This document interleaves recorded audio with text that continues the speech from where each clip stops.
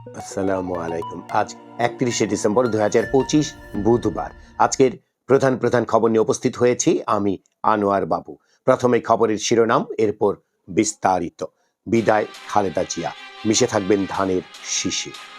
সাবেক প্রধানমন্ত্রী ও বিএনপির চেয়ারপারসন খালেদা জিয়ার মৃত্যুতে আজ বুধবার থেকে ৩ দিনের রাষ্ট্রীয় শোক ঘোষণা করেছে অন্তর্বর্তী সরকার। একই সঙ্গে আজ একদিনের সাধারণ ছুটি ঘোষণা করা হয়েছে। স্বামীর পাশে শায়িত হবেন খালেদা জিয়া।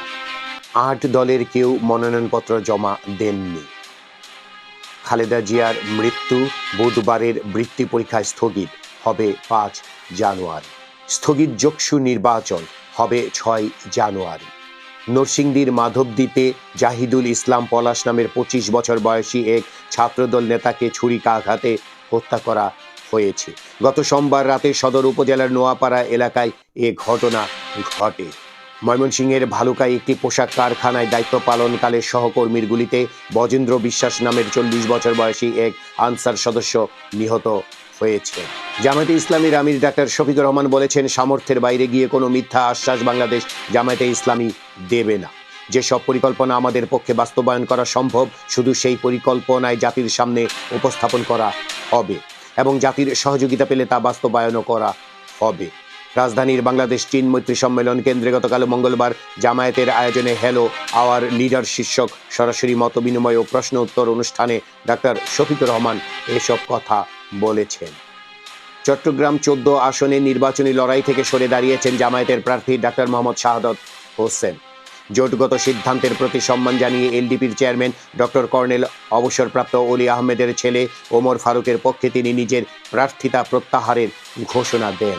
বিনোদনের খবরে আজ রয়েছে সঙ্গীত শিল্পী রফিকুল আলমের জন্মদিনের খবর। এই ছিল আজকের খবরের প্রধান প্রধান শিরোনাম। এবার বিস্তারিত। বিদায় খালেদা জিয়া, মিশে থাকবেন ধানের শীষে। এই খবরের ভেতরে দেখা যাচ্ছে জীবদ্দশায় জনসম্মুখে মাত্র দুবার কেঁদেছিলেন তিনি। প্রথমবারে যেদিন চট্টগ্রাম থেকে স্বামী শহীদ রাষ্ট্রপতি জিয়াউর রহমানের মরদেহ আনা হয়েছিল ঢাকায়, দ্বিতীয়বার সেনানিবাসের বাড়ি থেকে উচ্ছেদ হওয়ার পর, সেদিন দেশবাসী দেখেছিল তার অশ্রুসিক্ত চোখ। এরপর আর কোনোদিন কেউ তাকে কাঁদতে দেখেনি। জেল, জুলুম, নির্যাতন, হিংসা, বিদ্বেষ, শত লাঞ্ছনাতেও তিনি ছিলেন অটল, অবিচল। সেই আপুসী নেত্রী, বিএনপির চেয়ারপারসন, সাবেক প্রধানমন্ত্রী বেগম খালেদা জিয়া জীবনের পরম সত্যের কাছে সঁপে দিলেন নিজেকে।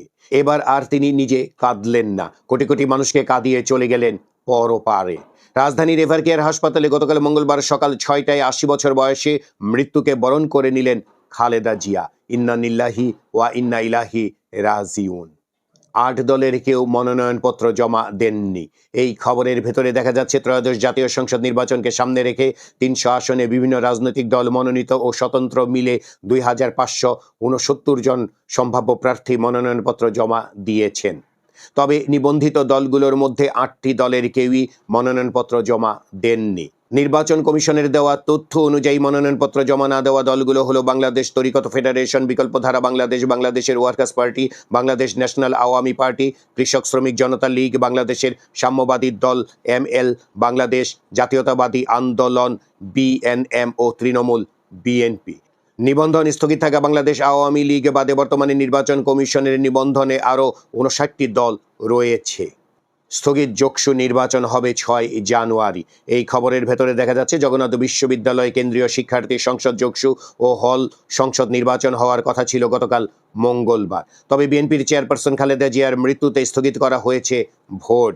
গতকাল সকালে এই সিদ্ধান্তের পর ক্যাম্পাসে বিক্ষোভ হয়। পরে বিকেলে ভোটের তারিখ ঘোষণা করে কর্তৃপক্ষ। ভোট হবে আগামী ৬ জানুয়ারি। বিনোদনের খবর, সঙ্গীত শিল্পী রফিকুল আলমের জন্মদিন আজ। চাঁপাইনবাবগঞ্জের শিবগঞ্জে তার জন্ম। শৈশব কৈশোর কেটেছে রাজশাহী শহরে। ১৯৬৭ সালে রাজশাহী বেতারে প্রথম গান করেন। আধুনিক গানের পাশাপাশি ৩ শতাধিক সিনেমার গানে কণ্ঠ দিয়েছেন রফিকুল আলম। সঙ্গীত শিল্পী আবিদা সুলতানা তার জীবন সঙ্গী। এই ছিল আজকের খবরের প্রধান প্রধান শিরোনাম। আমাদের এই খবর নিয়ে আপনাদের যদি কোনো মতামত থাকে তাহলে কমেন্ট বক্সে জানাতে পারেন।